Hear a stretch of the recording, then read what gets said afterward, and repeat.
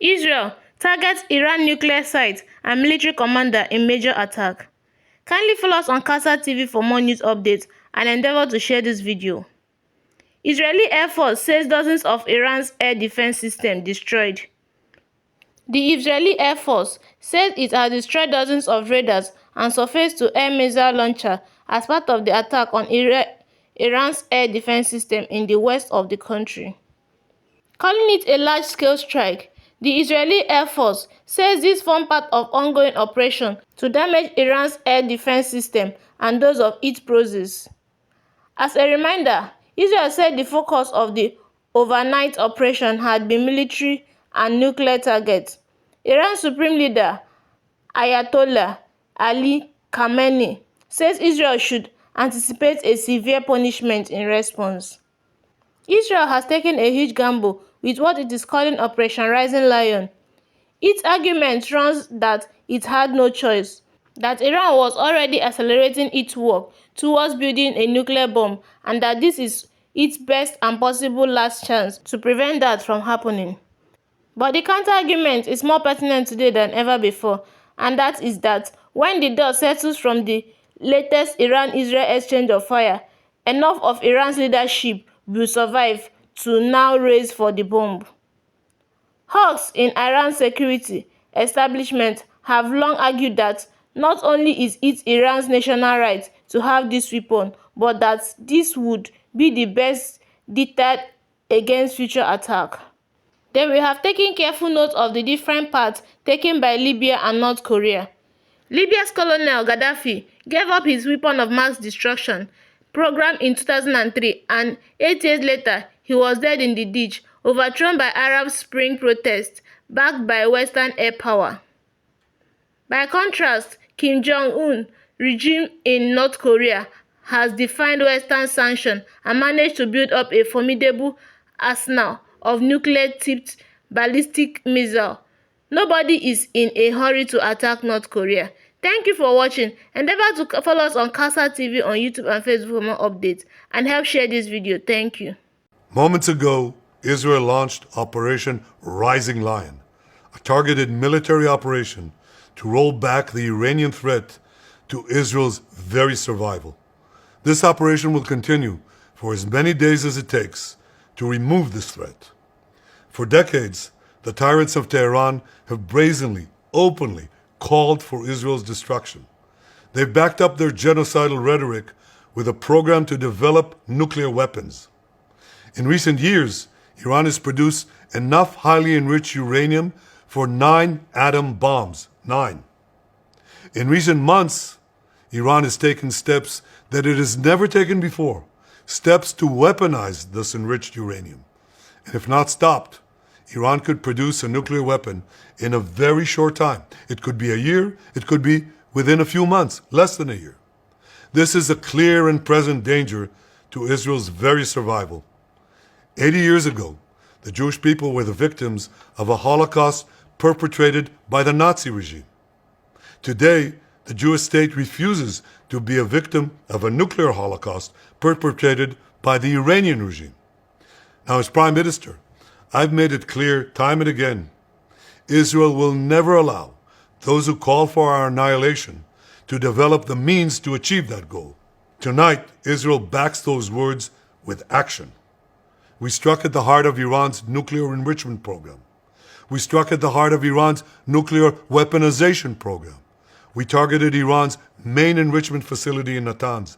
We targeted Iran's leading nuclear scientists working on the Iranian bomb. We also struck at the heart of Iran's ballistic missile program.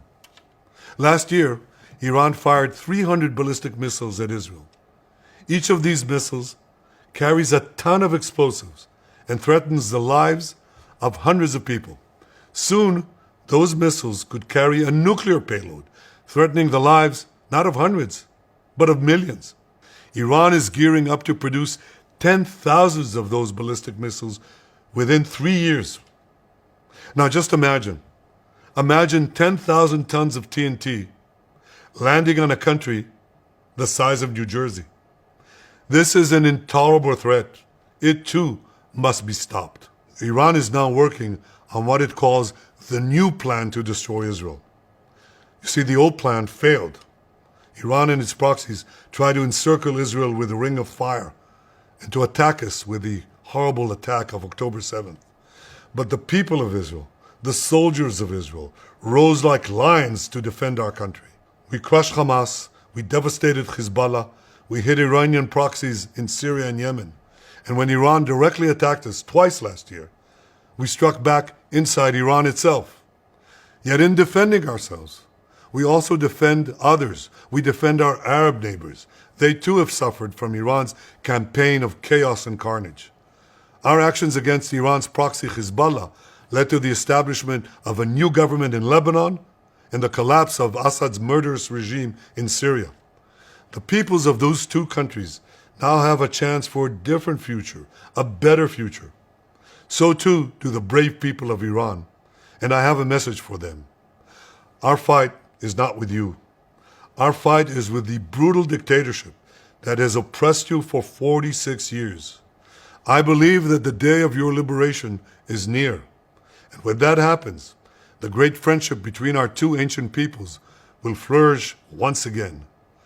I want to assure the civilized world, we will not let the world's most dangerous regime get the world's most dangerous weapons. And Iran plans to give those weapons, nuclear weapons, to its terrorist proxies. That would make the nightmare of nuclear terrorism all too real.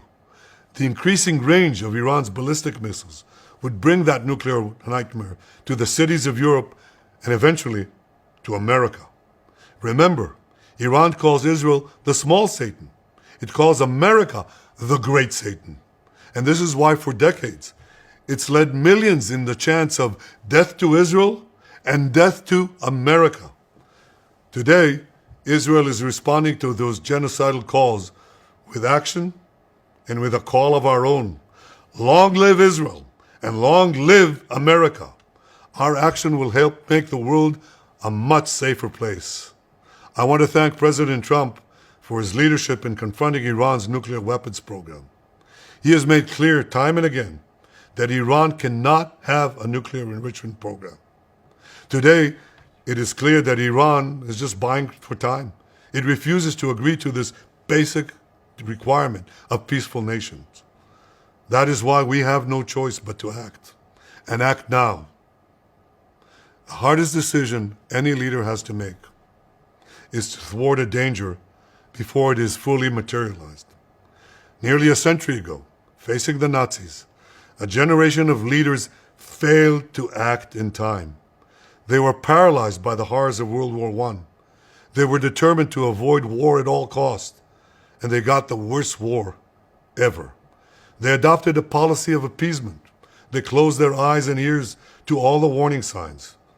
That failure to act resulted in World War II, the deadliest war in history.